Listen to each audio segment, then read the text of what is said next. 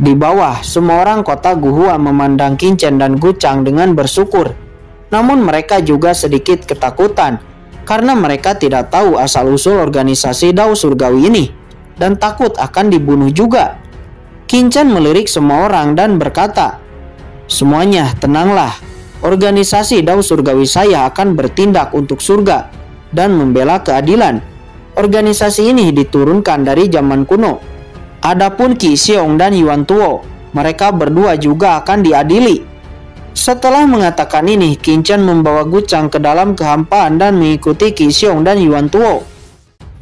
Setelah Qingchen dan Guchang pergi, ada suara satu demi satu dari seluruh kota Guhua. Banyak orang berbicara dengan semangat. Organisasi Dao Surgawi sebenarnya adalah organisasi tersembunyi yang diwarisi dari zaman kuno. Latar belakangnya begitu besar. Ini hebat. Jadi apakah benua Tianwu kita akan diselamatkan? Istana penegak hukum akhirnya memiliki lawan. Semua orang berseru dengan penuh semangat dan semua orang di kota Guhua menyebarkan berita ini kepada setiap orang yang mereka temui. Di saat orang-orang kota Guhua bersemangat, di sebuah gunung ribuan mil jauhnya dari kota Guhua, nampak dua sosok bergegas keluar dari kehampaan. Salah satunya terluka parah, itu adalah Qi Xiong dan Yuan Tuo. Sial, organisasi Dao Surgawi ini tidak tahu berasal dari mana.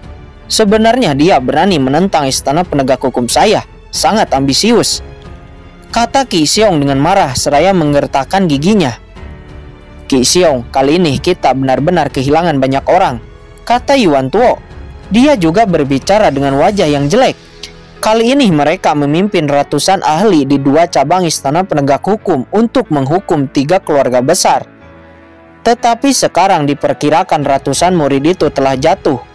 Ini merupakan pukulan besar bagi istana penegak hukum. Yang membuat mereka berdua semakin khawatir adalah ketika mereka berdua kembali ke markas istana penegak hukum, mereka pasti akan dihukum berat.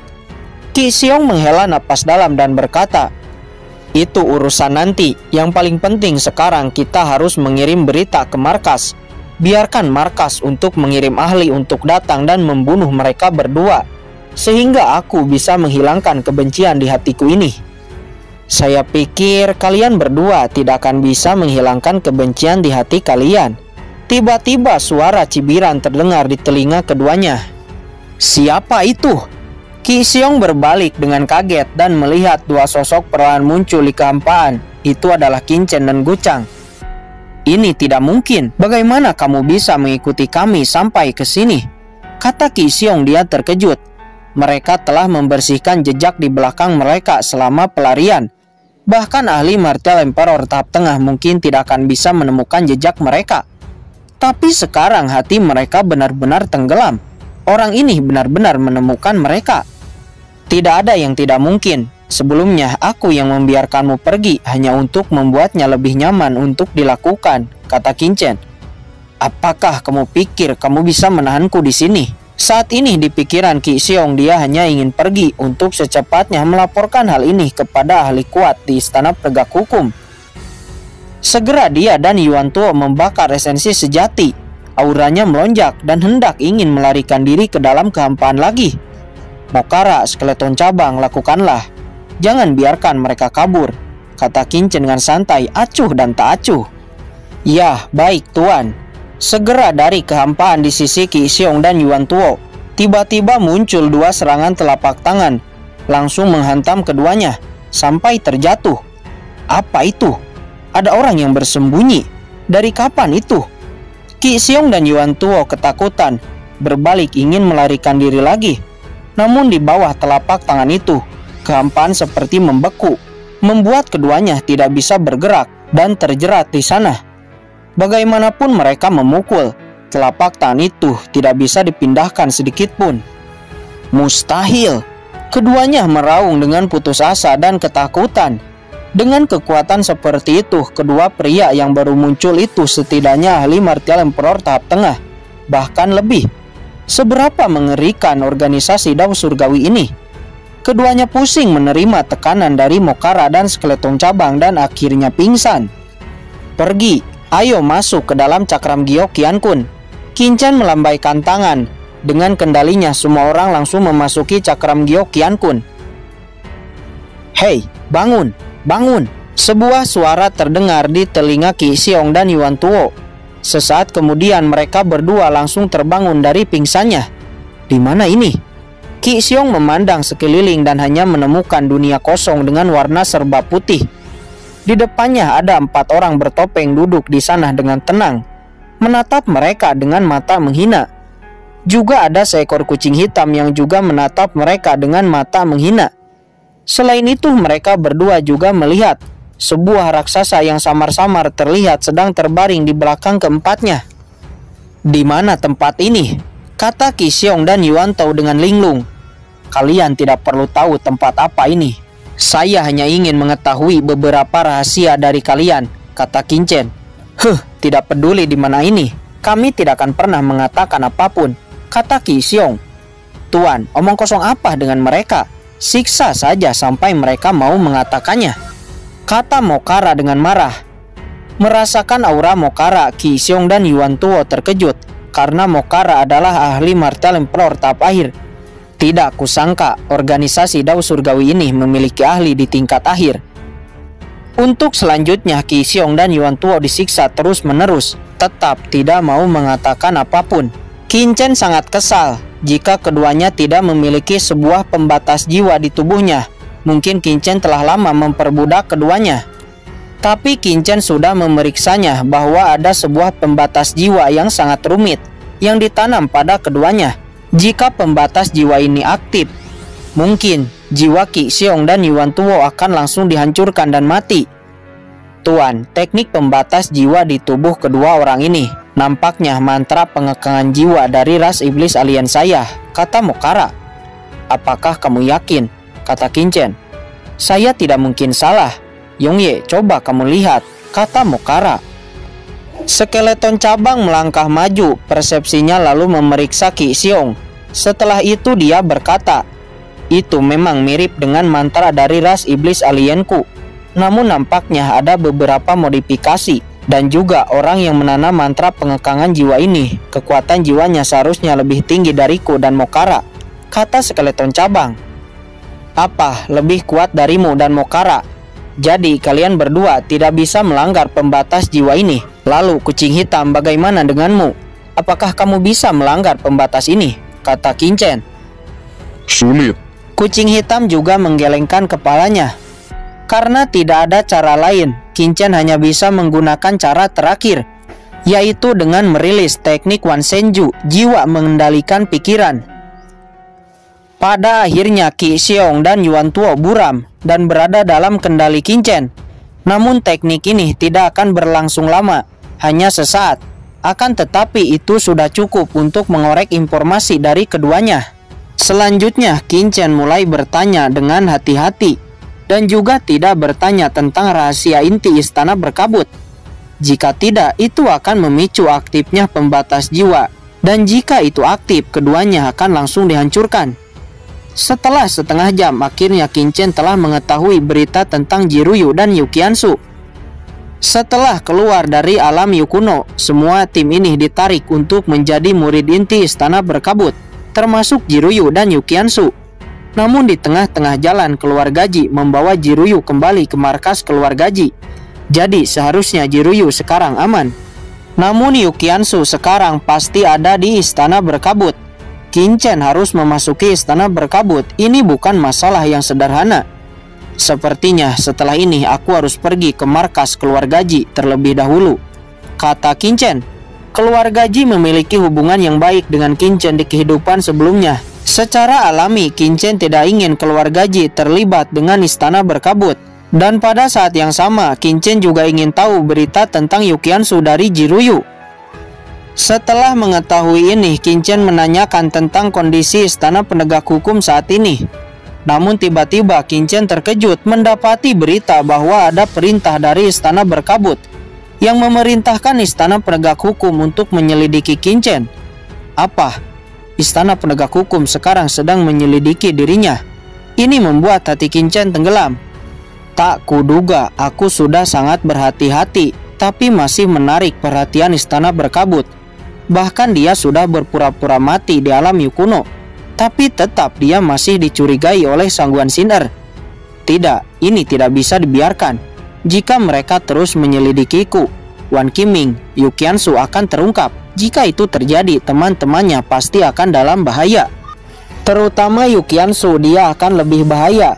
Saya harus mengalihkan perhatian istana berkabut agar mereka bisa fokus ke tempat lain, kata Qin Chen. Selanjutnya Qin Chen mengajukan pertanyaan yang lebih rahasia. Namun tiba-tiba pembatas jiwa di benak Yuan Tao aktif.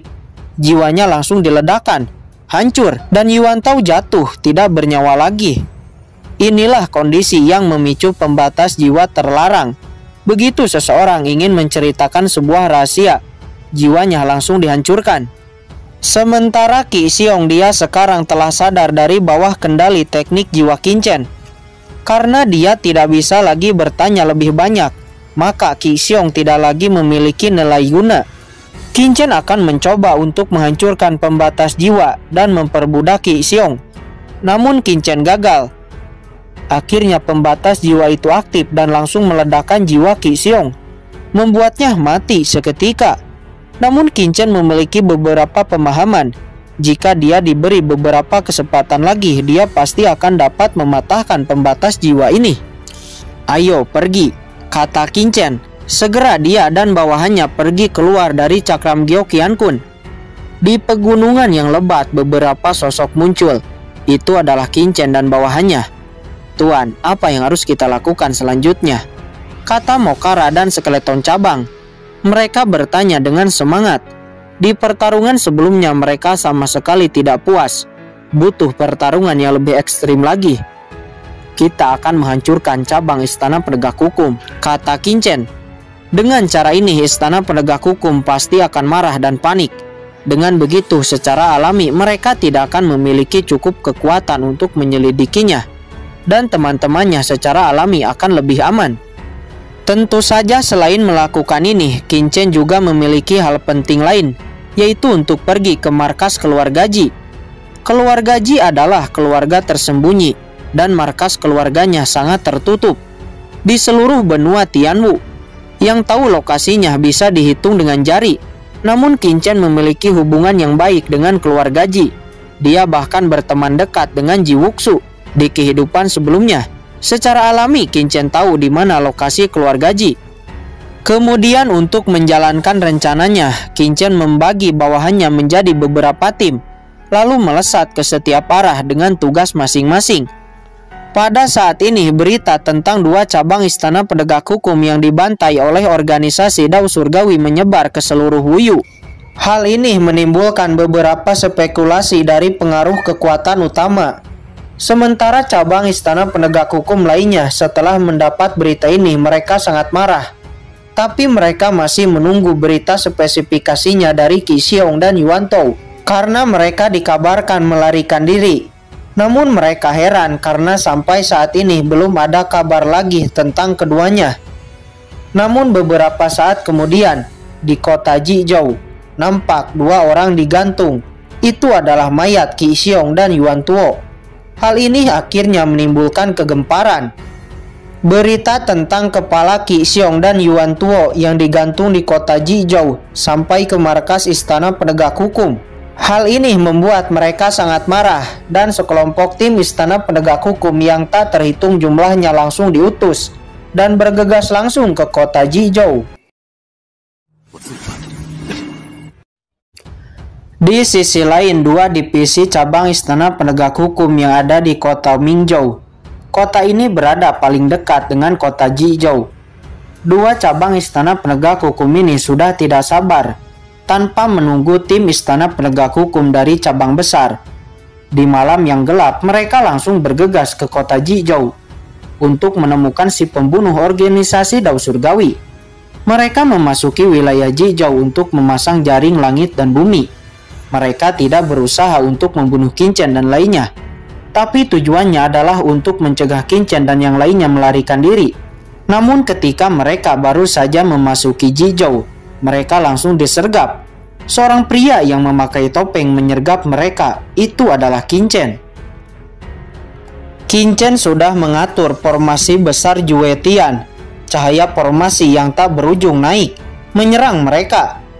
Di malam itu, Qin dengan liar membantai banyak murid istana penegak hukum. Darah mengalir seperti sungai.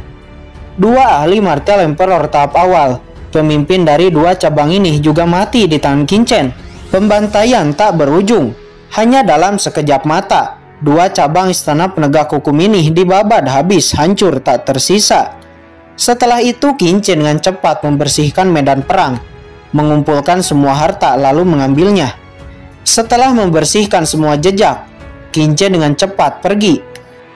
Keesokan harinya istana penegak hukum kembali mendapat kabar bahwa dua divisi istana penegak hukum lainnya telah dihancurkan.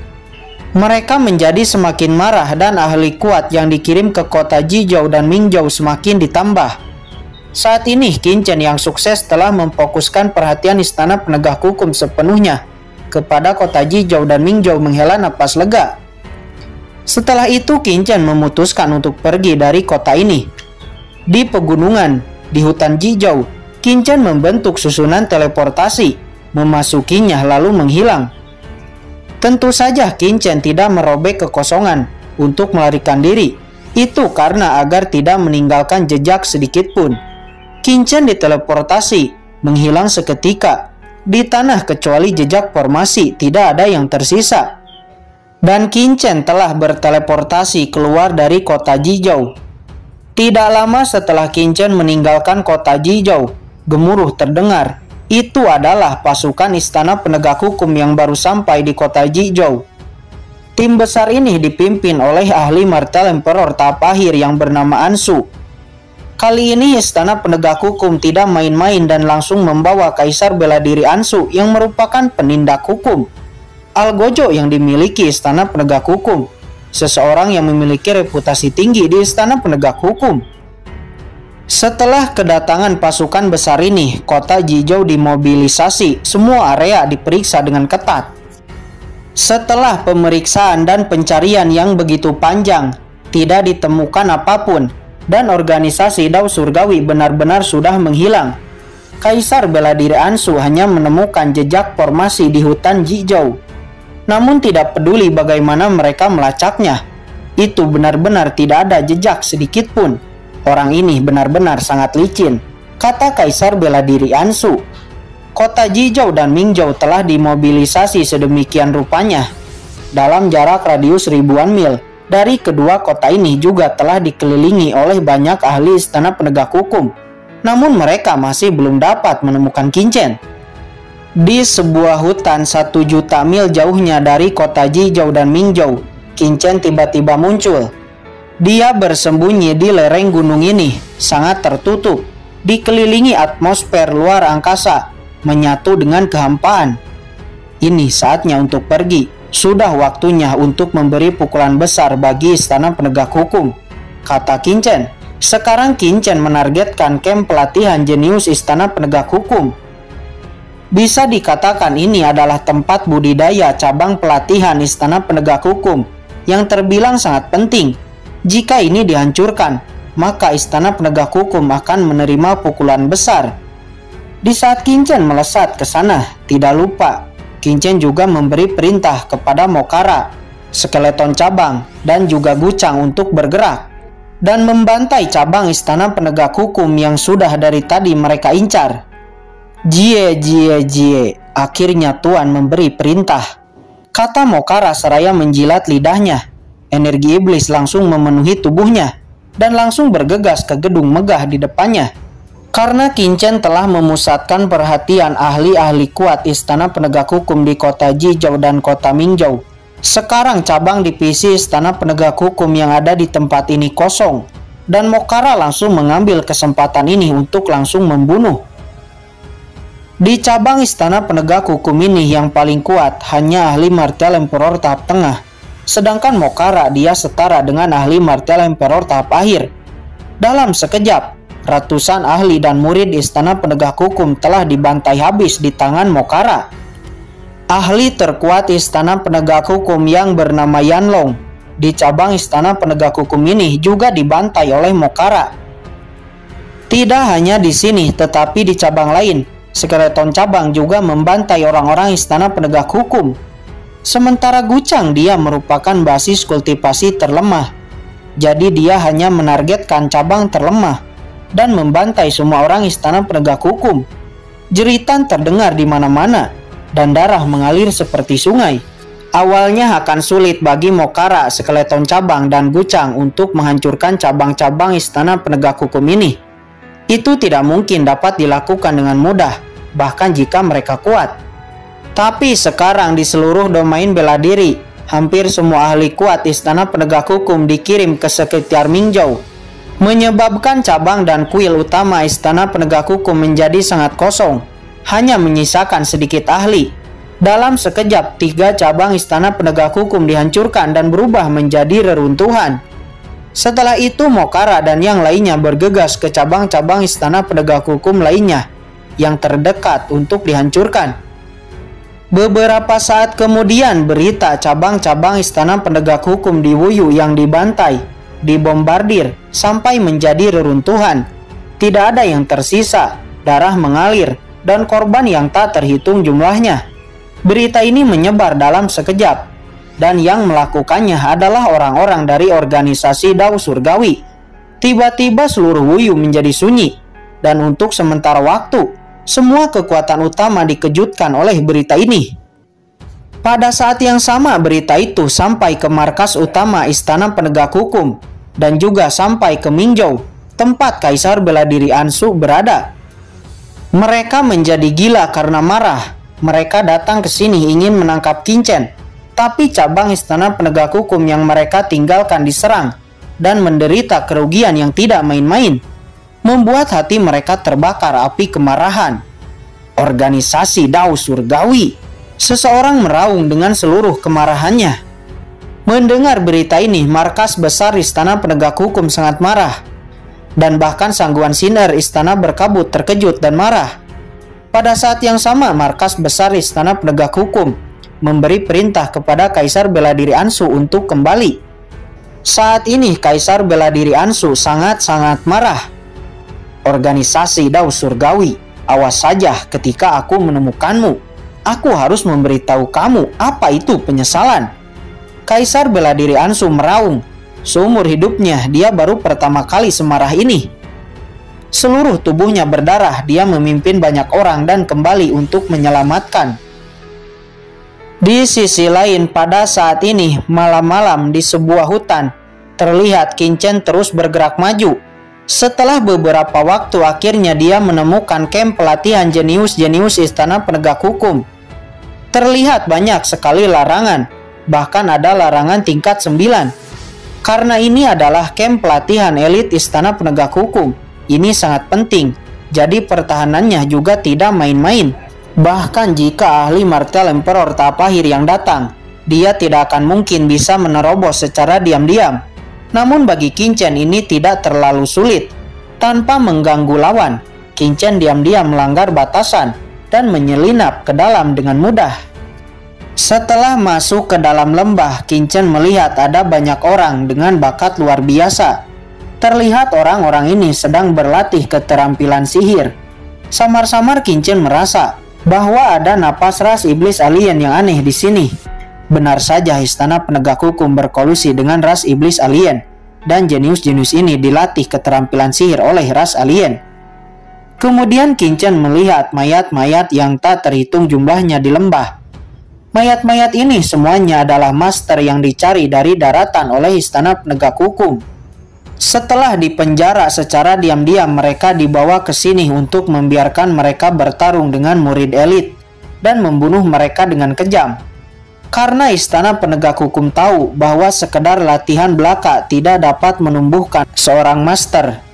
Hanya situasi hidup dan mati yang dapat menumbuhkan kejeniusan. Dan mayat-mayat ini telah menjadi objek pembunuhan yang tidak bersalah. Orang-orang ini sangat pantas untuk mati, kata Qin Chen.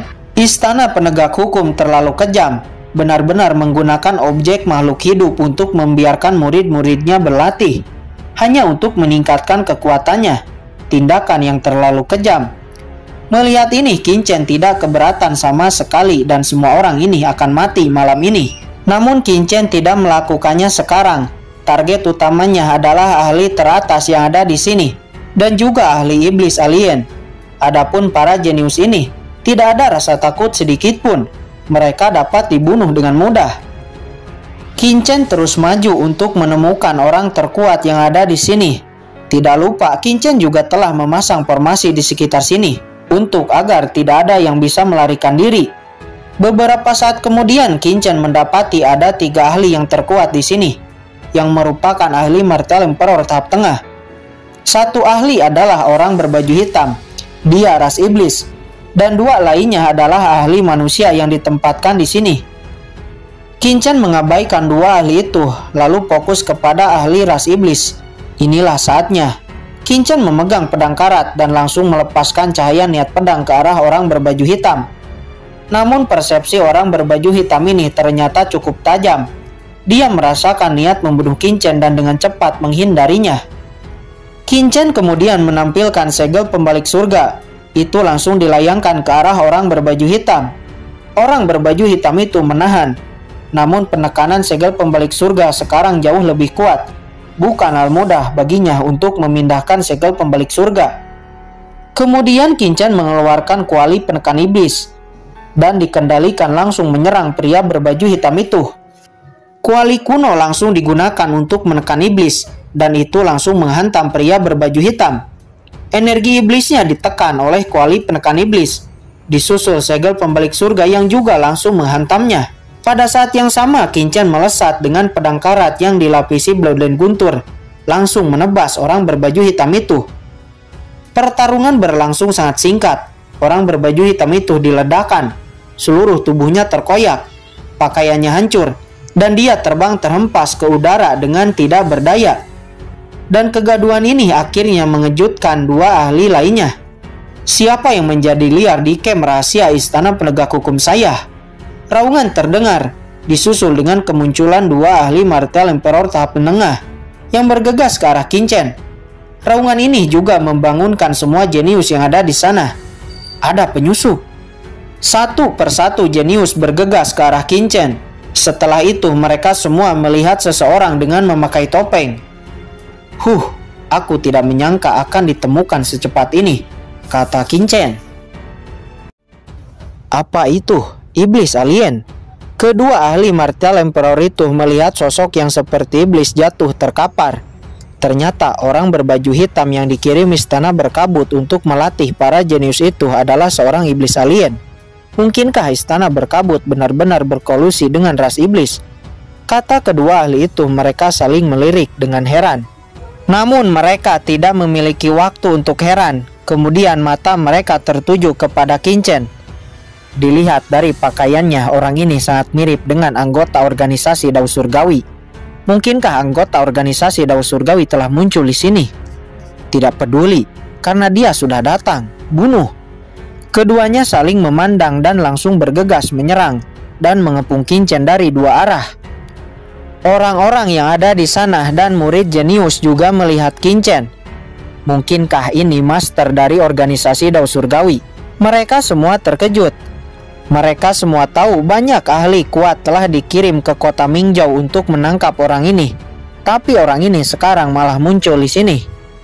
Ya, organisasi Dao Surgawi saya hari ini akan mengambil jalan surga dan membunuh kalian semua di sini, kata Qin Chen. Konyol, apakah kamu pikir tempat ini sama dengan cabang Istana Penegak Hukum yang telah kamu hancurkan? Orang yang tidak tahu besarnya langit dan bumi. Karena kamu sudah datang, maka kamu tidak akan bisa pergi hidup-hidup, kata seorang pria tua yang merupakan salah satu dari ahli martel emperor tahap tengah itu. Belum diketahui namanya, namun terlihat setelah mengatakan ini, seluruh sosoknya dipenuhi dengan api. Dia sebenarnya memasuki Tao dengan api, mengendalikan aturan api. Pada saat yang sama, bloodline-nya juga adalah api. Dari atribut api, dia berubah menjadi bola api bergegas menyapu ke arah Qin Chen, membakar segala sesuatu yang ia lewati. Di sisi lain, ahli martel emperor tahap tengah lainnya juga langsung melakukan tembakan ke arah Qin Chen. Dua ahli martial emperor bekerja sama menyerang untuk menjatuhkan Qin Chen. Melihat serangan keduanya akan jatuh, Qin Chen tiba-tiba mencibir. Auranya meledak dalam sekejap. Api hijau merembes dari tubuhnya. Tidak peduli apapun, dia seorang master alkemis. Kendalinya terhadap api jauh lebih hebat dari pria tua itu. Apalagi Qin Chen memiliki api teratai hijau. Dan Qin Chen dengan mudah memblokir serangan api itu. Apa? Ini tidak mungkin. Pria tua itu terkejut melihat apinya diblokir dengan begitu mudahnya. Namun Qin Chen tidak memberi lawan untuk terkejut sekalipun. Sosoknya berkedip dalam sekejap muncul di depan pria tua dengan api itu. Tidak baik. Pria tua itu mundur, selangkah dan buru-buru membentuk perisai api. Pedang karat menebas menghancurkan perisai api itu. Apa? Perisai roh apiku dihancurkan? Tidak mungkin. Pria tua itu ketakutan sebelum akhirnya pedang karat menebas lehernya. Terpenggal, kepala pria tua itu langsung terbang dan mayatnya melayang di langit. Apa? Ahli martial emperor tahap tengah satunya lagi terkejut. Hanya sesaat temannya benar-benar meninggal. Wajahnya mulai pucat, ketakutan yang belum pernah terjadi sebelumnya memenuhi pikirannya. Setelah membunuh pria tua pengendali api ini, sosok Qin Chen berkedip berubah menjadi sinar cahaya melesat ke arah kerumunan murid-murid jenius Istana Penegak Hukum. Menebas. Boom, boom, boom. Setiap tebasan 1-3 murid jenius Istana Penegak Hukum dipotong, terpenggal, berubah menjadi kabut darah. Dalam sekejap lebih dari selusin murid inti Istana Penegak Hukum jatuh. Kamu, organisasi Dao Surgawi macam apa? Kamu hanya iblis, kata seorang ahli martial emperor tahap tengah. Dia satu-satunya ahli martial emperor yang masih hidup. Aku iblis, lalu kamu apa? Lihatlah mayat para pejuang yang ditumpuk di sini. Seperti gunung, dalam 200 tahun terakhir, Istana Penegak Hukum Anda sangat merajalela. Bahkan orang yang telah kalian bunuh sudah tidak terhitung jumlahnya, kata Qin Chen. Matanya sangat dingin tanpa belas kasihan sedikit pun. Pria itu buru-buru merilis teknik rahasia dan bahkan membakar esensinya lalu menerjang ke arah Qin Chen. Pada saat yang sama dia juga berteriak, "Lari, lari, cepat lari dari sini." Ini adalah elit masa depan Istana Penegak Hukum. Beberapa dari mereka bahkan memiliki latar belakang yang dalam dan tidak boleh mati di sini. Karena itulah dia menggunakan teknik rahasia untuk menghentikan Qin Chen dan memberi orang lain kesempatan untuk melarikan diri. Mau menghentikanku? Qin Chen mengeluarkan harta Tiancong Wangjuan. Didesak. Sebuah formasi langsung terbentuk dan membungkus pria itu. Pria itu sangat marah. Dia kemudian menggunakan teknik terlarang, bahkan membakar esensi sejatinya. Tetapi dia tidak bisa menghancurkan formasi yang dibentuk oleh lawan. Tidak mungkin. Mungkinkah kamu berasal dari aula perangkat? Pria itu berteriak memikirkan kemungkinan ini. Di seluruh dunia, kekuatan apa lagi yang mampu mengatur formasi besar dengan begitu cepat selain Qi Dian? Kemudian pria itu mengeluarkan sebuah harta rune merah. Dan dengan harta itu akhirnya dia dapat lolos dari formasi yang menjeratnya. Apa? Harta macam apa itu? Benar-benar bisa menghilangkan kekuatan arai Tiancong Wangjuan, kata Qin Chen. Dia cukup terkejut. Untungnya pria iblis berbaju hitam dan pria tua dengan api telah mati dengan tembakan penuh Qin Chen di awal. Jika tidak, mereka bertiga akan bergabung saat ini. Mungkin akan sangat merepotkan. Tetapi saat ini hanya ada pria ini yang tersisa. Xiao Yi, Xiao Huo. Pria itu diserahkan kepadamu, kata Qin Chen. Baik bos, serahkan kepada kami.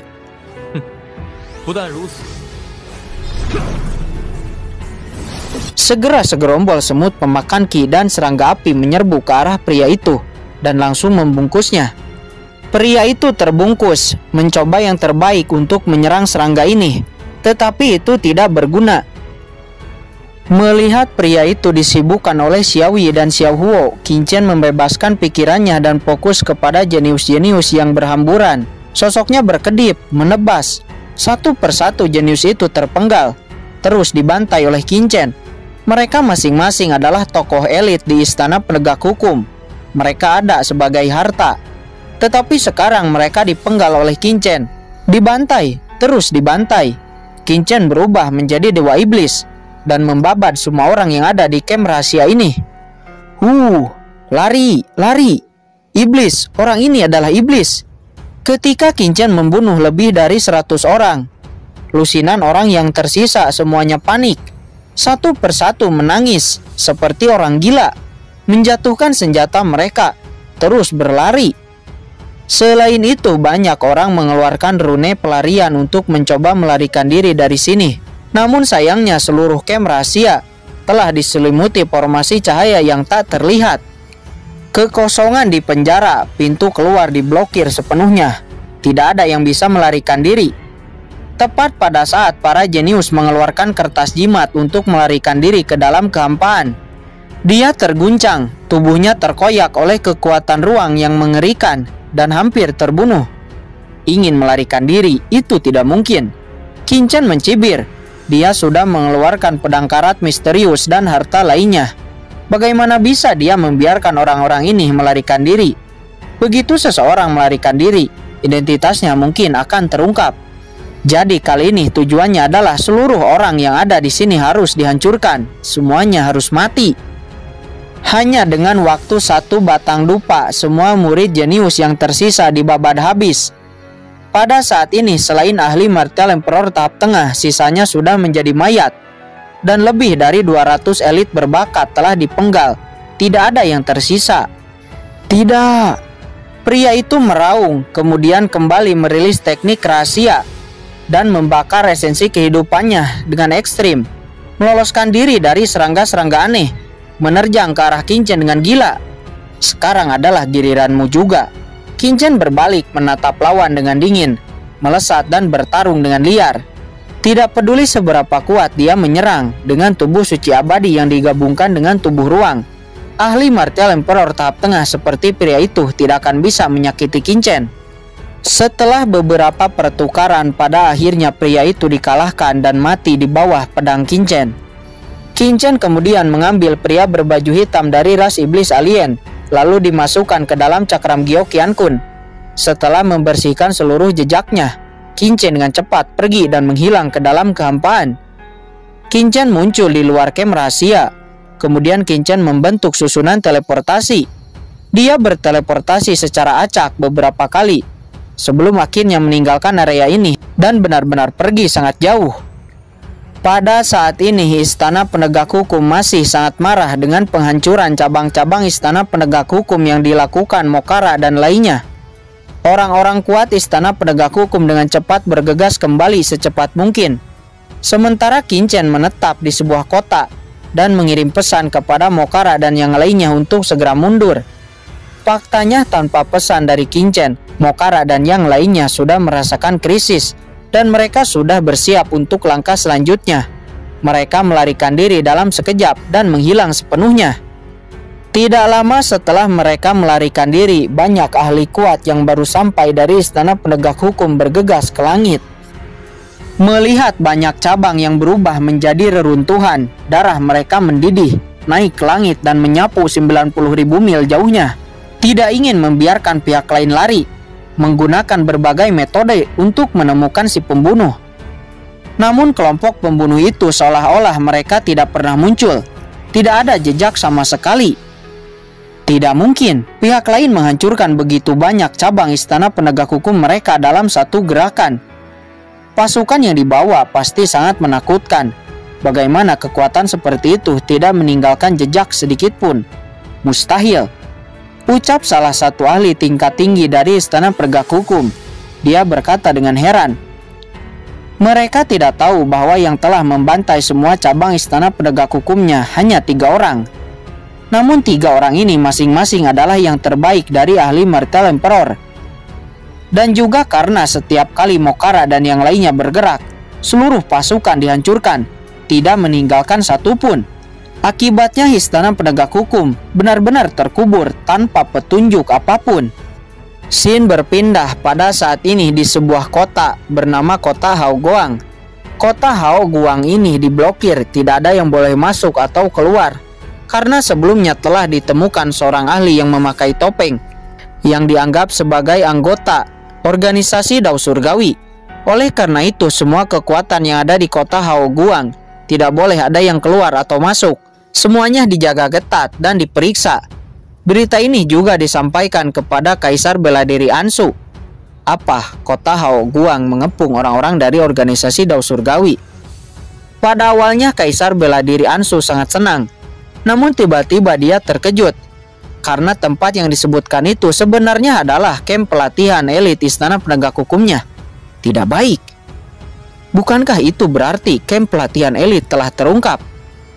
Memikirkan hal ini, mereka segera menghubungi orang-orang yang ada di kamp pelatihan, ingin mengetahui sesuatu. Namun tidak ada jawaban, bahkan tidak ada gerakan sama sekali, dan tidak ada yang merespon. Kemudian mereka menghubungi murid jenius di kamp pelatihan elit itu. Namun juga sama, tidak ada jawaban. Kamp pelatihan elit rahasia telah kehilangan kontak. Hati semua orang tenggelam. Kaisar Bela Diri Ansu buru-buru mengirim orang untuk pergi ke kamp rahasia pelatihan elit untuk melihatnya. Markas besar Istana Penegak Hukum yang kehilangan kontak dengan kamp rahasia juga mengirim orang untuk memeriksa. Setelah hampir beberapa mil dari kamp pelatihan elit rahasia, mereka segera mencium bau darah yang menyengat. Mereka mempercepat langkahnya. Dan betapa terkejutnya mereka di saat melihat kamp pelatihan elit telah dihancurkan. Mayat-mayat berserakan di tanah dan juga banyak abu berbentuk manusia. Semuanya telah hancur lebur tanpa menyisakan apapun. Berita tentang hancurnya kamp pelatihan rahasia menyebar dengan cepat ke seluruh Wuyu. Organisasi Dao Surgawi, aku ingin kalian mati. Saya heran dari mana orang-orang organisasi Dao Surgawi ini mengetahui lokasi alam rahasia. Satu persatu raksasa kuat dari Istana Penegak Hukum dan Istana Berkabut bangkit. Bahkan banyak para pejabat Istana Penegak Hukum sangat marah, sehingga hampir muntah darah di tempat. Karena di kamp rahasia itu anak dan keponakan mereka berkultivasi di sana. Dan mereka diharapkan untuk mewarisi mantel mereka di masa depan. Tetapi sekarang semuanya telah mati. Mayat tidak tersisa. Ini terlalu menyedihkan. Saat ini gempa besar terjadi lagi di Wuyu. Semua kekuatan utama tercengang dan tidak ada yang bisa tenang. Semua kekuatan berdiskusi. Organisasi Dao Surgawi menjadi fokus perhatian. Xin berpindah ke sebuah kota, di mana di kota ini Qin Chen bersembunyi. Ketika berbagai kekuatan sedang berdiskusi, tiba-tiba Qin Chen keluar dari persembunyiannya dan muncul di tengah-tengah kota. Di depan semua orang yang ada di kota itu, Qin Chen kemudian berkata, organisasi Dao Surgawi saya sepenuhnya bertanggung jawab atas insiden di kamp rahasia Istana Penegak Hukum. Mata semua orang menatap sosok yang memakai topeng yang melayang di udara. Bahkan ada juga beberapa orang dari Istana Penegak Hukum yang ada di kota itu. Namun terlihat mereka semua gemetar karena takut. Bahkan kamp pelatihan jenius dihancurkan oleh orang ini. Jika mereka naik, mereka mungkin hanya akan mati konyol. Namun sesaat mereka mengirim berita agar orang kuat Istana Penegak Hukum bisa secepatnya datang ke sini.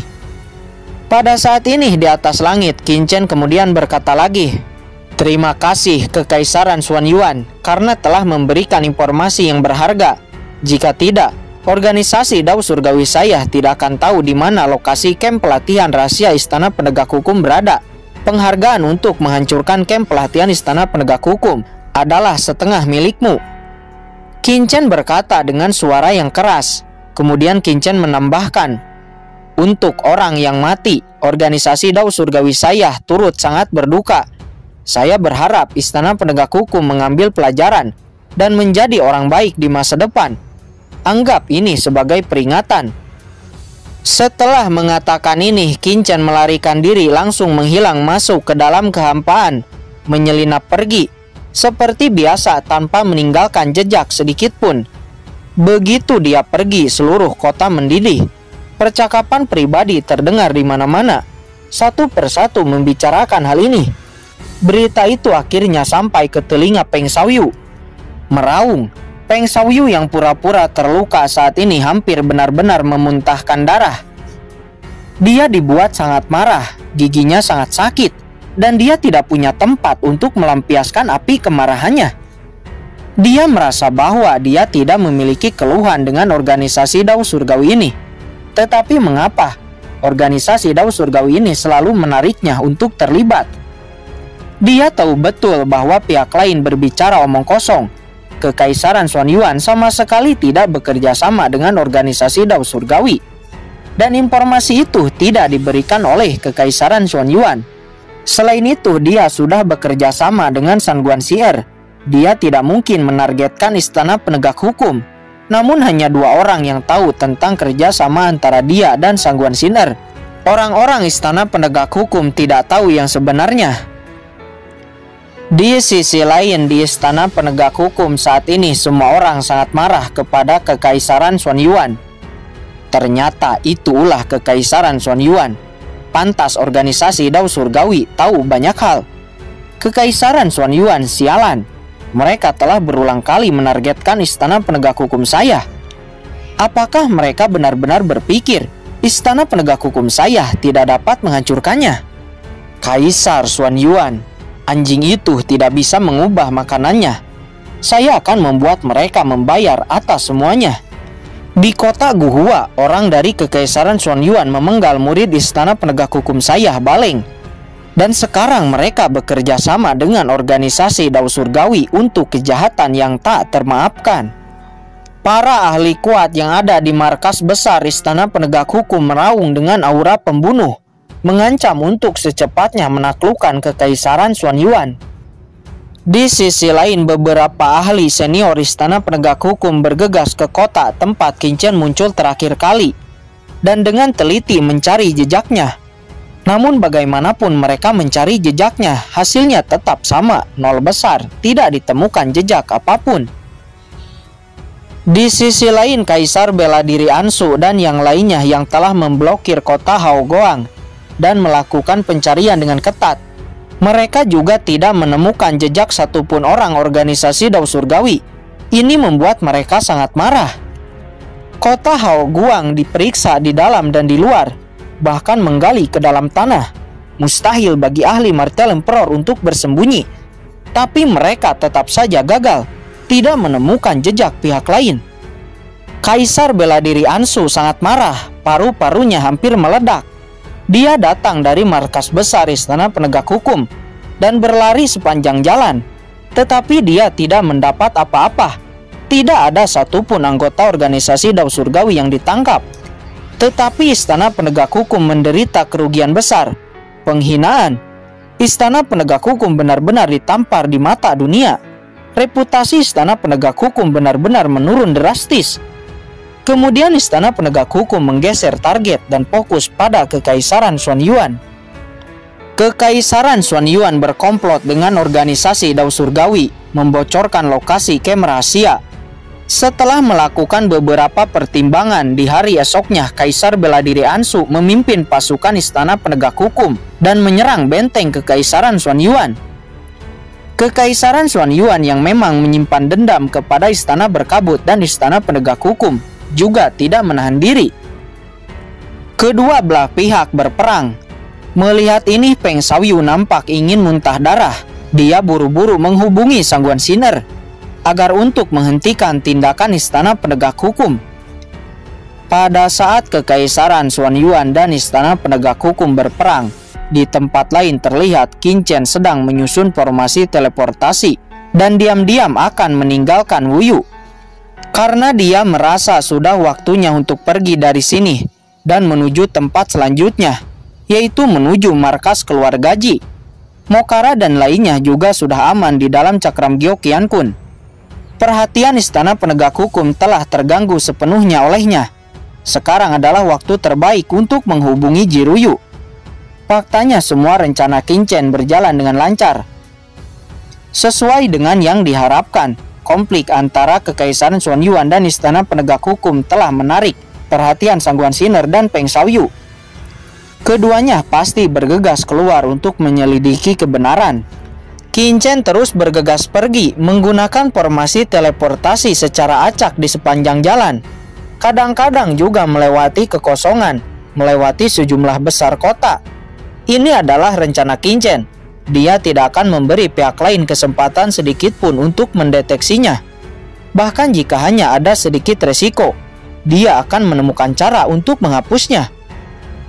Walaupun dengan cara ini perjalanan menuju ke markas keluarga Ji akan sedikit lebih lama, itu lebih baik daripada harus mengekspos dirinya sendiri. Pada saat Qingchen bergegas pergi dari Wuyu, pada saat yang sama di tempat lain di Wuyu, di sebuah gunung yang tersembunyi, terlihat dua sosok sedang mengintai di sini. Itu adalah Molly dan Iblis Api Merah. Terlihat Molly masih saja tergoda dengan tubuh mulus Hongyan. Keduanya berbicara sebentar sebelum akhirnya ada yang mendekat. Seseorang akan datang, kata Iblis Api Merah. Pada saat ini di langit, sebuah tim yang terdiri dari banyak orang bergegas dengan cara yang cepat. Orang-orang ini memakai baju besi Istana Penegak Hukum. Mereka adalah tim Istana Penegak Hukum. Pemimpinnya adalah seorang ahli martial emperor tahap tengah. Melihat itu, Iblis Api Merah langsung keluar dari persembunyiannya, melesat dan muncul di depan tim Istana Penegak Hukum ini. Siapa itu? Kemunculan Iblis Api Merah dan Molly mengejutkan orang-orang Istana Penegak Hukum itu. Mereka langsung bereaksi, memegang senjatanya masing-masing, bersiaga, siap untuk melakukan serangan. Apakah kalian tidak mengenaliku? Kata Iblis Api Merah. Pemimpin tim itu memandang wajah Hongyan dan melihat kostum Istana Penegak Hukum yang dipakainya. Tuan ini apakah dari Istana Berkabut? Kata pemimpin itu. Kalau tidak, bagaimana menurutmu? Kata Iblis Api Merah seraya mengeluarkan sebuah token. Token ini murni dan putih. Itu adalah tanda eksklusif Istana Berkabut. Hanya orang tertentu di Istana Berkabut yang memilikinya. Termasuk Hongyan, dia memilikinya. Ternyata itu penguasa Istana Berkabut, kata pemimpin itu. Dia menghela napas lega, seraya menyimpan kembali senjatanya. Yang lainnya juga menghela napas lega dan menyimpan kembali senjatanya masing-masing. Aku akan menyampaikan perintah kepadamu, kata Iblis Api Merah seraya mendekat ke arah pemimpin itu. Pemimpin itu mengangguk dengan hormat. Karena Tuan yang memberi perintah, maka saya. Sebelum kata-katanya selesai, Iblis Api Merah yang berjalan ke arahnya tiba-tiba bergerak. Boom! Terlalu cepat. Iblis Api Merah seperti listrik. Sesaat wajahnya sangat mengerikan. Di tubuhnya energi sihir hitam melonjak. Tangannya seperti kilat dan langsung menusuk tubuh pemimpin itu. Tuanku, kamu. Pemimpin itu terkejut, panik dan buru-buru mendesak esensi sejati di tubuhnya, berusaha melawan. Namun Iblis Api Merah sudah siap. Lawan tidak diberi sedikit pun kesempatan untuk bereaksi. Tangan Iblis Api Merah semakin dalam merobek tubuh pemimpin itu. Pemimpin itu langsung memuntahkan darah, tidak bisa melakukan perlawanan. Sesaat kemudian darah dan kekuatannya langsung diserap dan mengalir ke dalam tubuh Iblis Api Merah. Menjerit, pemimpin itu berubah menjadi mumi. Wajahnya keriput, darahnya hilang, dan dia jatuh terkulai ke tanah. Tubuh Iblis Api Merah nampak lebih segar, dan aura di tubuhnya menjadi semakin menakutkan. Nyaman, sangat nyaman, layak menjadi manusia tingkat atas. Itu telah memulihkan kultivasi saya begitu banyak. Jie, sangat nyaman. Iblis Api Merah menyeringai, dia sangat bersemangat. Tuanku, Anda. Ahli Istana Penegak Hukum lainnya melihat Iblis Api Merah dengan ngeri, dan satu persatu mengangkat senjata mereka.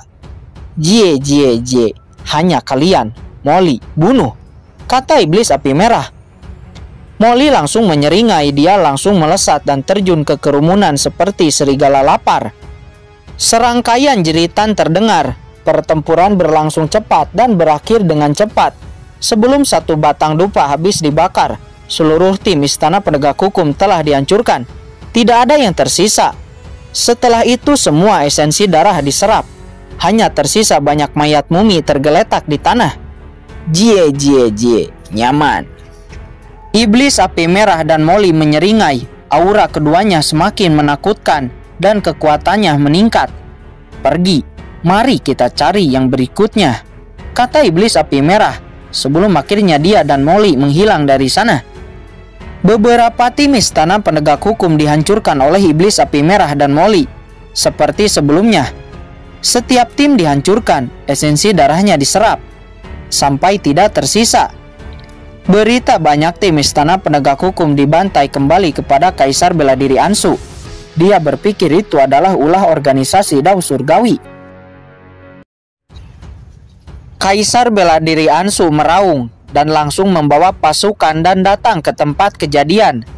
Namun setelah sampai ke tempat kejadian, iblis api merah dan Molly sudah terlebih dahulu melarikan diri. Kaisar Bela Diri Ansu hanya melihat banyak orang yang telah diserap esensi darahnya. Ini adalah metode haus darah dari ras iblis alien, kata Kaisar Bela Diri Ansu. Dia juga merasakan beberapa napas ras iblis alien di sekitar. Mungkinkah organisasi Dao Surgawi dan ras iblis alien ada hubungan? Tidak, masalah ini sangat serius. Saya harus secara pribadi memberitahu Tuan dan Permaisuri, kata Kaisar Bela Diri Ansu. Kemudian dia mengambil beberapa barang bukti. Setelah itu dia bergegas ke kamp pelatihan rahasia. Scene berpindah pada saat ini di kamp pelatihan rahasia yang telah dihancurkan. Terlihat beberapa sosok berdiri di sini. Itu adalah Sangguan Sinner. Di sampingnya ada seorang pria bertopeng, dan di belakangnya ada beberapa tokoh inti istana berkabut. Sekelompok orang ini berdiri di kamp rahasia menatap pemandangan di depan mereka. Ada kemarahan yang menakutkan. Bulan di malam yang sunyi. Ini adalah tempat yang indah, tetapi sekarang penuh dengan darah di sini, seperti hutan neraka. Darah kering bercecer di tanah. Mayat-mayat menumpuk seperti gunung. Terlihat sangat menyedihkan. Seharusnya hanya ada satu orang. Kekuatan orang ini seharusnya berada di ranah Martial Emperor puncak menengah, kata seorang lelaki tua. Tubuhnya bersembunyi di balik jubah dengan suara serak. Tapi di sini tidak ada aura siapapun selain murid istana penegak hukum. Itu menunjukkan bahwa orang itu tidak terluka sama sekali. Ada 3 ahli Martial Emperor tahap tengah di sini. Tidak mungkin hanya ahli Martial Emperor puncak tengah mampu mengalahkan 3 orang sekaligus, bahkan tidak terluka. Orang itu mungkin sebenarnya adalah ahli Martial Emperor tahap akhir, kata seorang wanita tua. Dia menyanggah pernyataan pria tua itu. Ya, itu memang masuk akal.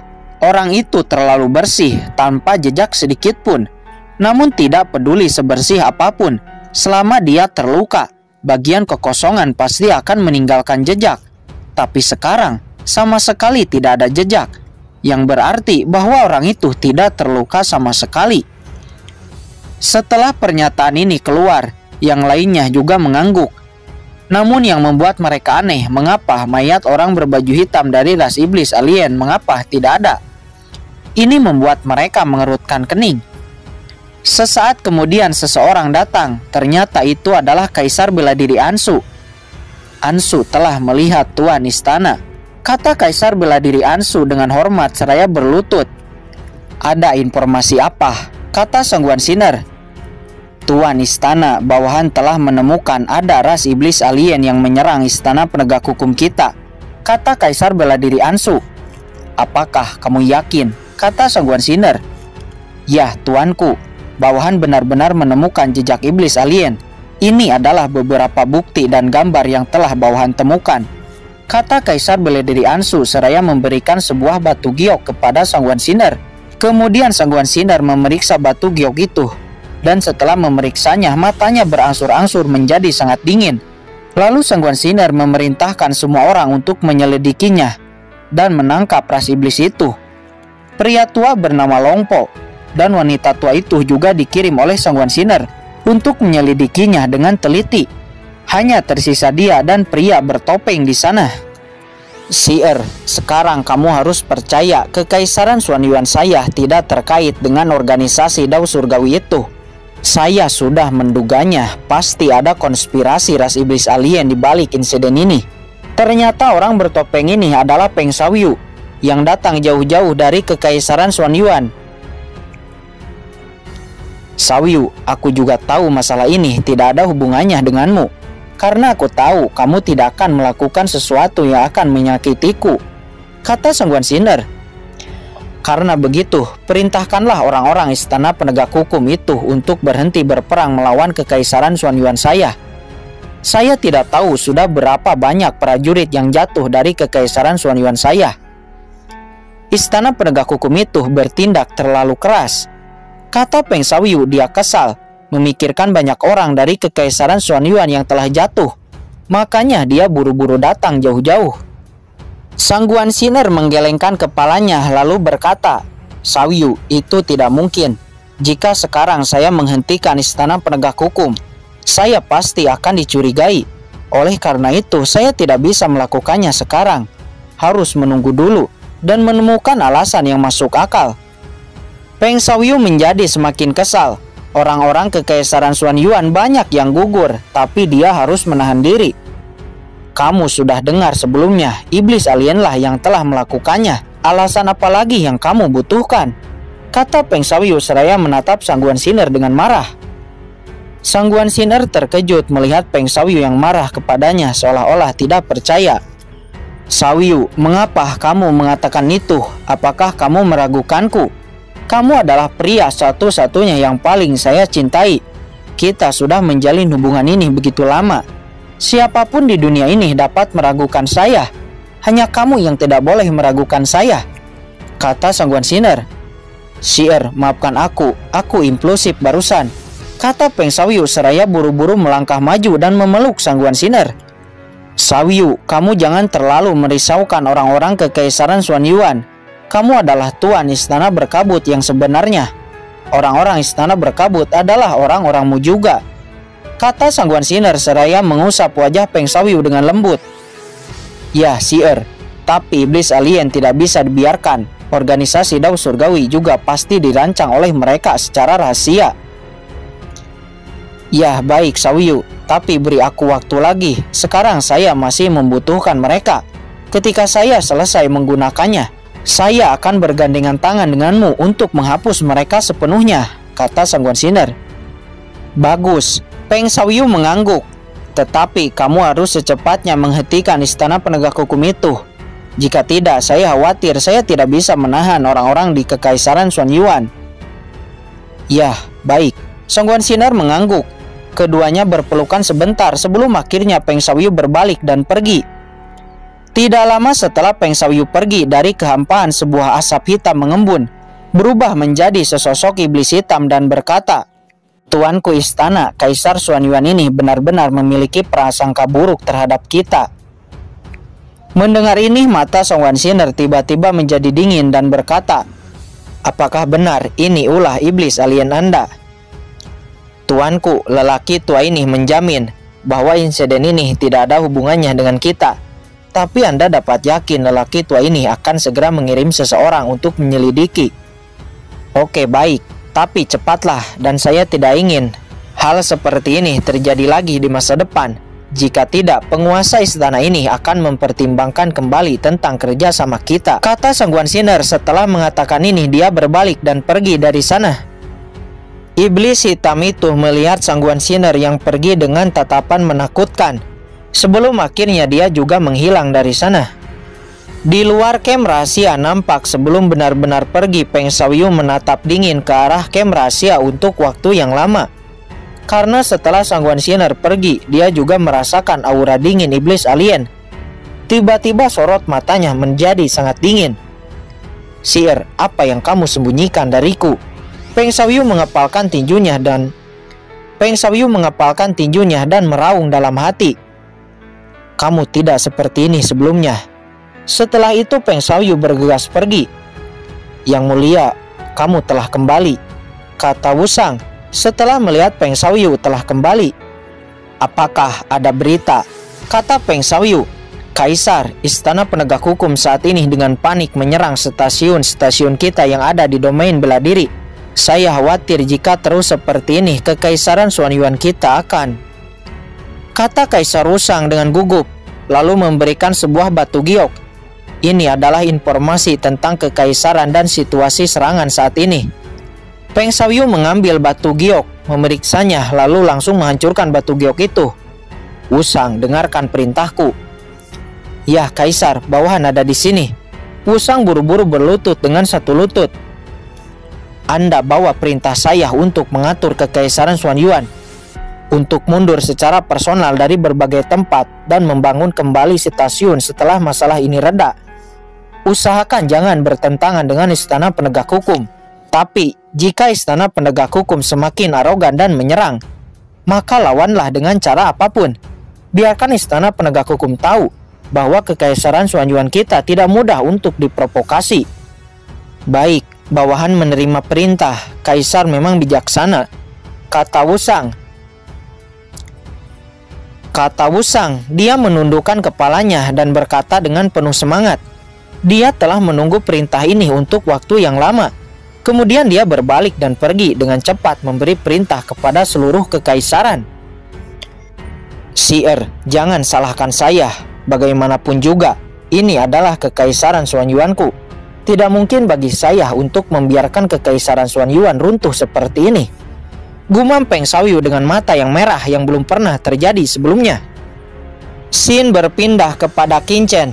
Pada saat ini, Qin Chen telah sampai di Wuyu surga ketiga dan telah tiba di dekat rumah keluarga Ji. Setelah sampai, Qin Chen terkejut karena keluarga Ji yang dulu sangat tersembunyi sekarang menjadi terbuka. Awalnya Qin Chen berencana untuk pergi langsung ke markas keluarga Ji, menerobos batasan keluarga Ji, dan diam-diam mencari Ji Ruyu. Namun sekarang Qin Chen ragu-ragu karena rumah keluarga Ji dijaga ketat oleh tentara dan larangan diperkuat. Akan sangat sulit untuk menerobos diam-diam. Akhirnya Qin Chen tidak terburu-buru dan masuk ke sebuah kota bernama kota Jizhou untuk mencari informasi dan bertanya kepada seseorang. Setelah bertanya, akhirnya Qin Chen mendapat berita bahwa keluarga Ji sedang merekrut talenta-talenta muda yang berbakat. Tentu Qin Chen yakin dapat lolos ujian jenius untuk memasuki keluarga Ji. Namun masalahnya sekarang adalah identitas. Harus ada yang merekomendasikannya. Di saat Qin Chen memikirkan hal ini, tiba-tiba di sebuah gunung di depan Qin Chen, sebuah cahaya terpancar ke langit, disusul dengan aroma yang sangat kuat, sehingga pori-pori di tubuhnya terbuka. Ini adalah tanaman obat tingkat kaisar yang akan lahir, sangat luar biasa. Akhirnya Qin Chen memutuskan untuk pergi ke gunung itu. Di saat Qin Chen sampai di pintu masuk ke gunung itu, terlihat di pintu masuk sedang ada konflik antar seorang wanita cantik bernama Pri Jiun dan seorang pria parubaya. Ternyata itu Pri Jiun. Qin Chen cukup senang. Pri Jiun dari keluarga Jiun adalah keluarga yang cukup besar dan merupakan keluarga yang memiliki hubungan baik dengan keluarga Ji. Akan sangat bagus jika Qin Chen dapat menarik perhatiannya dan mendapat rekomendasinya. Saat ini terlihat konflik telah mereda dan pria parubaya itu dipukul oleh pengawal Pri Jiun yang bernama Yujiki. Pria parubaya itu jatuh ke tanah dengan malu. Mata Yujiki melihat pria parubaya yang tergeletak di tanah dengan senyum menghina di wajahnya. Kemudian kembali mencambuk kudanya dan kereta kuda kembali maju dan naik gunung.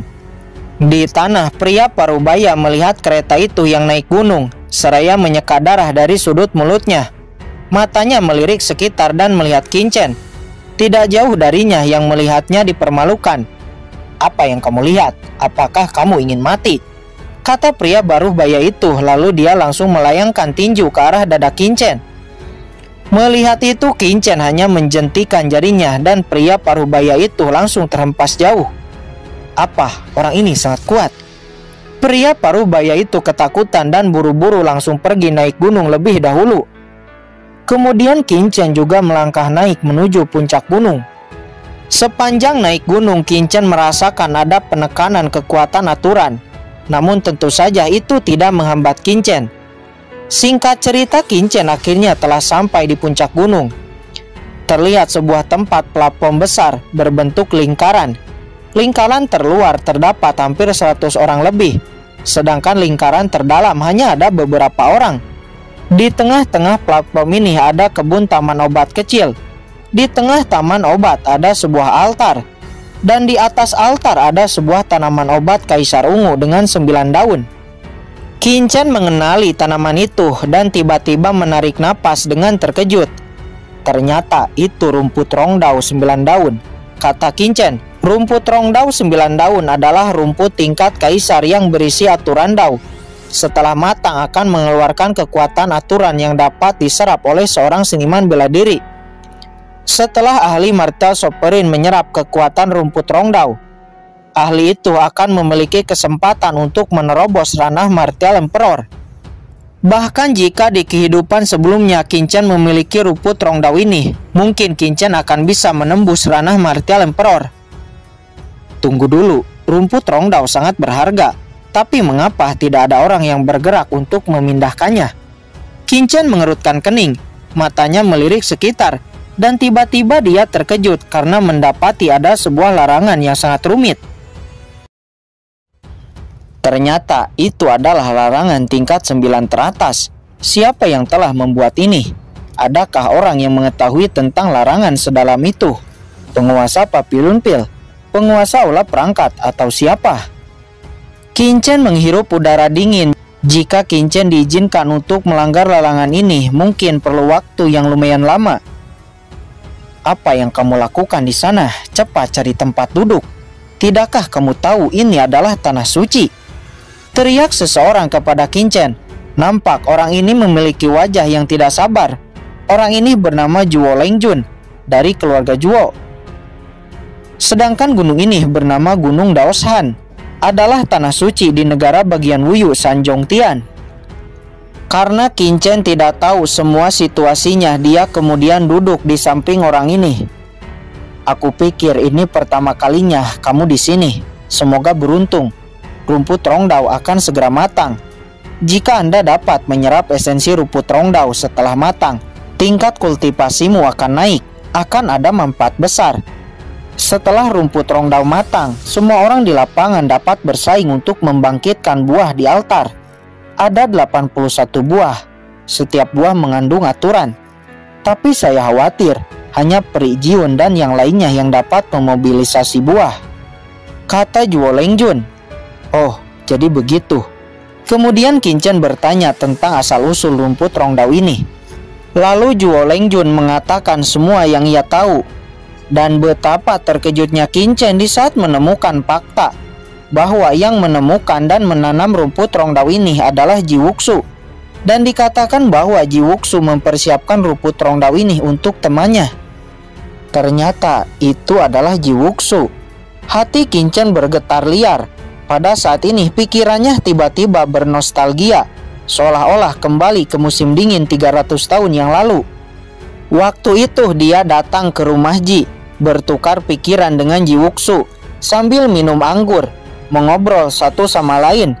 Saat itu Ji Wuxu tersenyum, menepuk pundaknya dan berkata, "Saudara Qin, jangan khawatir ketika Ji ini menerobos ranah martial emperor. Bahkan jika saya harus menerobos area terlarang, saya akan menemukan obat mujarab untuk melarutkan pembuluh darahmu, memberi saudara Qin kesempatan untuk memasuki ranah martial emperor." Di tengah salju yang lebat, sumpah Ji Wuxu masih bergema di telinganya. Tetapi Kincen pada saat itu tidak benar-benar mengingatnya. Tapi sekarang, mengingat apa yang dikatakan Zhuo Lengjun sebelumnya, sudut mata Kincen tiba-tiba menjadi berkaca-kaca. Ternyata rumput rongdau ini ditemukan oleh Ji Wuxu saat itu. Sayangnya dia baru mengetahui kabar tersebut setelah dia keluar dari tanah terlarang. Di bawah kesedihan dia menanam rumput rongdau di sini. Dan bahkan dengan tegas pergi ke Dead Cannon. Sejak saat itu tidak ada berita dan tidak pernah kembali. "Kakak Wuxu, kenapa kamu begitu baik padaku?" Wajah Kincen pahit dan sakit hati. Pada saat ini tiba-tiba ada raungan besar di langit. Mata semua orang melirik ke atas dan melihat dua kapal perang muncul, langsung mendarat ke Gunung Daoshan. Ini keluarga Ji dan keluargamu. Kedua kekuatan ini akhirnya tiba. Ekspresi wajah semua orang berubah sedikit terkejut. Keluarga Ji dan keluargamu adalah dua kekuatan teratas di area ini. Ada ahli dari keluarga mereka yang menjabat posisi penting di istana penegak hukum. Dapat dikatakan bahwa mereka adalah penguasa daerah ini. Namun walaupun begitu, hubungan antar kedua kekuatan ini tidak baik. Mereka satu sama lain saling bersaing.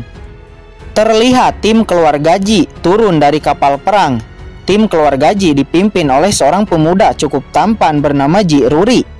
Dan tim dari keluarga Mo dipimpin oleh seorang pemuda yang juga cukup tampan bernama Mo Qianyuan. Hei, dua orang ini adalah yang terbaik di generasi muda dari dua keluarga besar. Kerumunan berbicara satu demi satu. Mengapa Jiruyu tidak ada di sini? Kata Qinchen, matanya menyapu kelompok keluarga Ji. Namun dia tidak menemukan Jiruyu. Bagaimana ini mungkin? Jiruyu sebelumnya sudah memasuki setengah langkah Martial Emperor. Sekarang rumput Rongdao akan matang.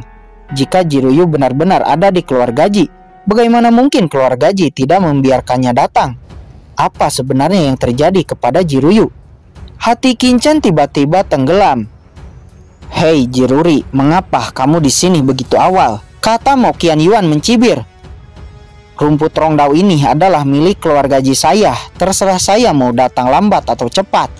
Kata Jiruri, dia juga mencibir. Hahaha, properti keluarga Jimu. Mengapa saya mendengar bahwa keluarga Ji Anda berselisih dengan Ji Wuxu? Bahkan hampir tidak mengakui Ji Wuxu.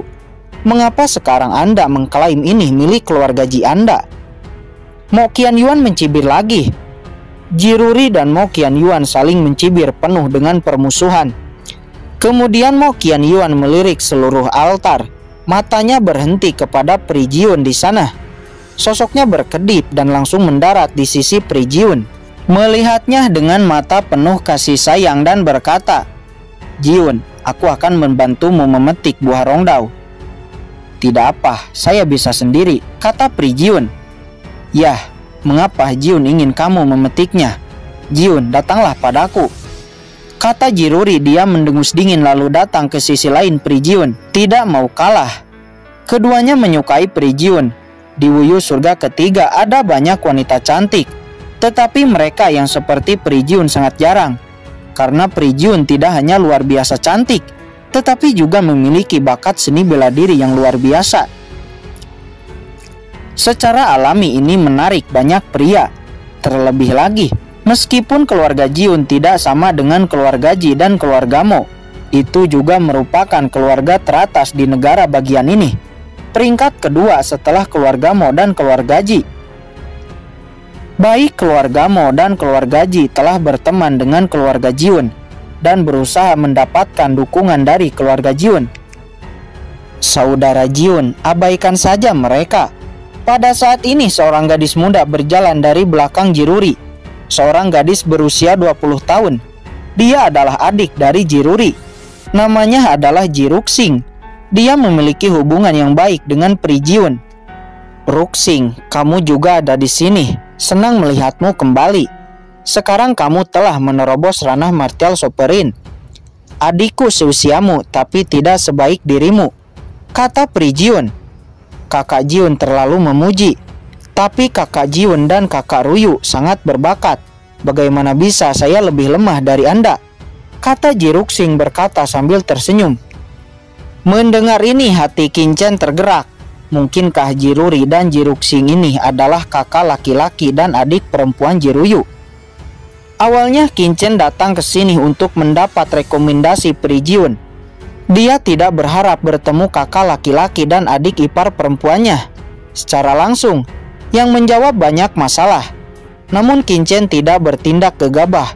Ini bukan saat yang tepat untuk melangkah maju. Dia harus menemukan kesempatan untuk menghubungi dua orang ini dan memasuki rumah keluarga Ji. Ruxing, mengapa saya tidak melihat Jiruyu? Saya dengar dia telah kembali ke rumah keluarga Ji. Mengapa saya tidak melihatnya? Rumput Rongdao ini akan sangat membantunya, kan? Kata Pri Jiun, dia bertanya dengan penasaran. Kakak Ruyu, dia... Ji Ruxing menghela napas, baru saja dia akan berbicara. Namun tiba-tiba sejumlah teriakan terdengar.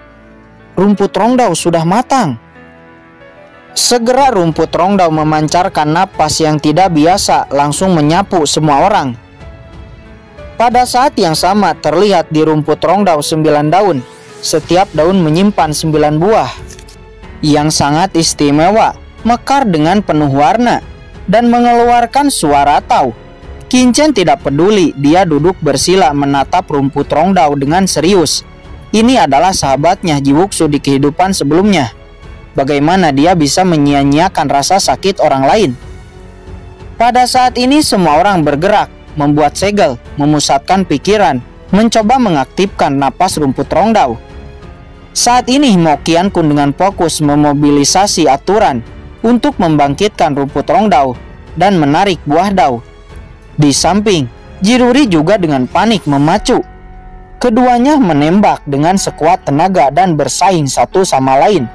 Keduanya berusaha menjadi yang pertama untuk memacu buah dao. Beberapa saat kemudian akhirnya buah dao di depan Mo Qianyuan bergerak sedikit. Mo Qianyuan sangat senang dan meningkatkan kekuatan aturan. Buah bergerak seolah-olah akan melepaskan diri dari daunnya. Dan benar saja buah dao yang bergetar itu akhirnya terlepas dari daunnya, terbang keluar dan menyapu ke arah Mo Qianyuan. Sudut mulut Mo Qianyuan tersenyum sangat puas dan sombong. Hanya dalam waktu setengah batang dupa dia membangkitkan buah melebihi Jiruri. Apa? Semua orang yang ada di sana terkejut. Bahkan ekspresi Jiruri berubah karena buah dao di depannya belum tertarik. Tetapi Mo Qianyuan telah berhasil lebih dulu. Apakah ini berarti dia lebih rendah daripada Mo Qianyuan? Sementara ahli martial sovereign biasa mereka lebih terpana. Mereka bahkan tidak berpikir untuk membangkitkan buah dao. Mereka hanya menyerap esensi rumput Rongdao ketika sudah matang, dan itu sudah cukup bagi mereka. Semua orang dengan semangat menyaksikan buah dao terbang menuju Mo Qianyuan. Dan Mo Qianyuan juga tersenyum, namun tiba-tiba ekspresinya berubah karena buah yang terbang ke arahnya tiba-tiba berbalik arah. Bagaimana ini mungkin? Dia terkejut, kemudian dia melihat buah itu ditarik oleh orang lain dengan mudah. Dia dengan gila mendesak kekuatan aturan untuk menarik buah itu kembali, tetapi tidak berhasil. Dia hanya bisa menyaksikan buah dao itu terbang ke arah belakang kerumunan dan jatuh ke tangan seseorang di belakang. Astaga, siapa orang ini? Hati Mo Qianyuan tiba-tiba terbakar api kemarahan karena dia melihat satu demi satu buah yang ada bergegas menuju pemuda itu dan segera berkumpul di tangan pemuda itu. Apakah dia monster? Sialan. Bahkan ahli setengah langkah martial emperor seperti dia hanya bisa memobilisasi satu buah dao pada satu waktu. Tapi orang ini memobilisasi begitu banyaknya buah. Bagaimana orang ini melakukannya? Kata Mo Qianyuan dengan heran. Bukan hanya dia, tetapi semua orang yang ada di sana menatap Kincen seolah-olah sedang melihat monster.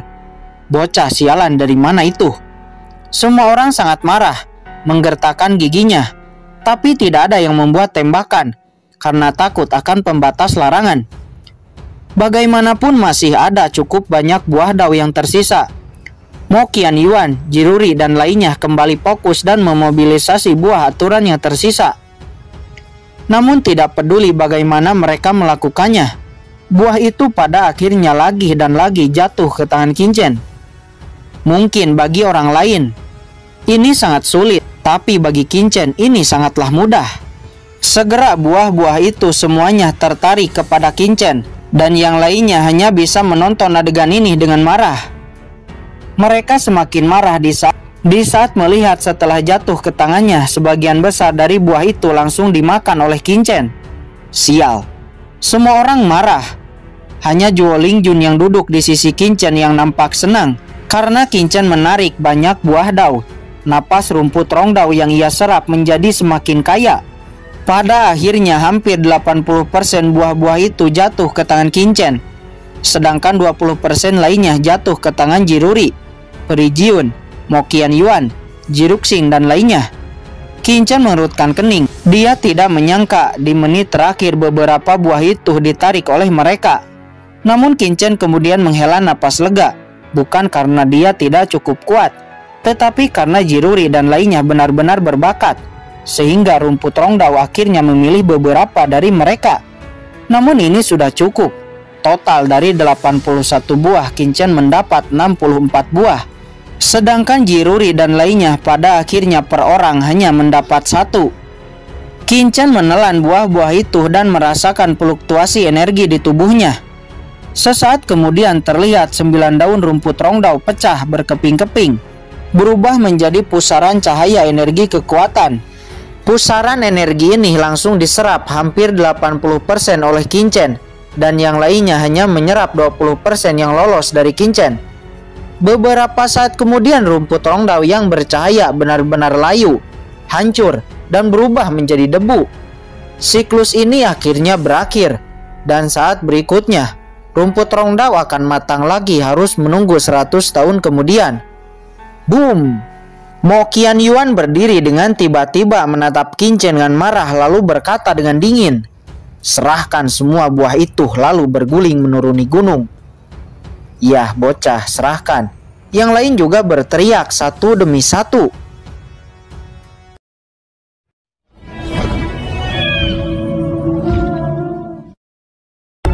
Oke guys, sudah dulu ya. Jangan lupa subrek biar lanjut terus ceritanya.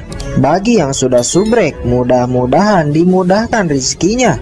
Mimin undur diri. See you next and goodbye.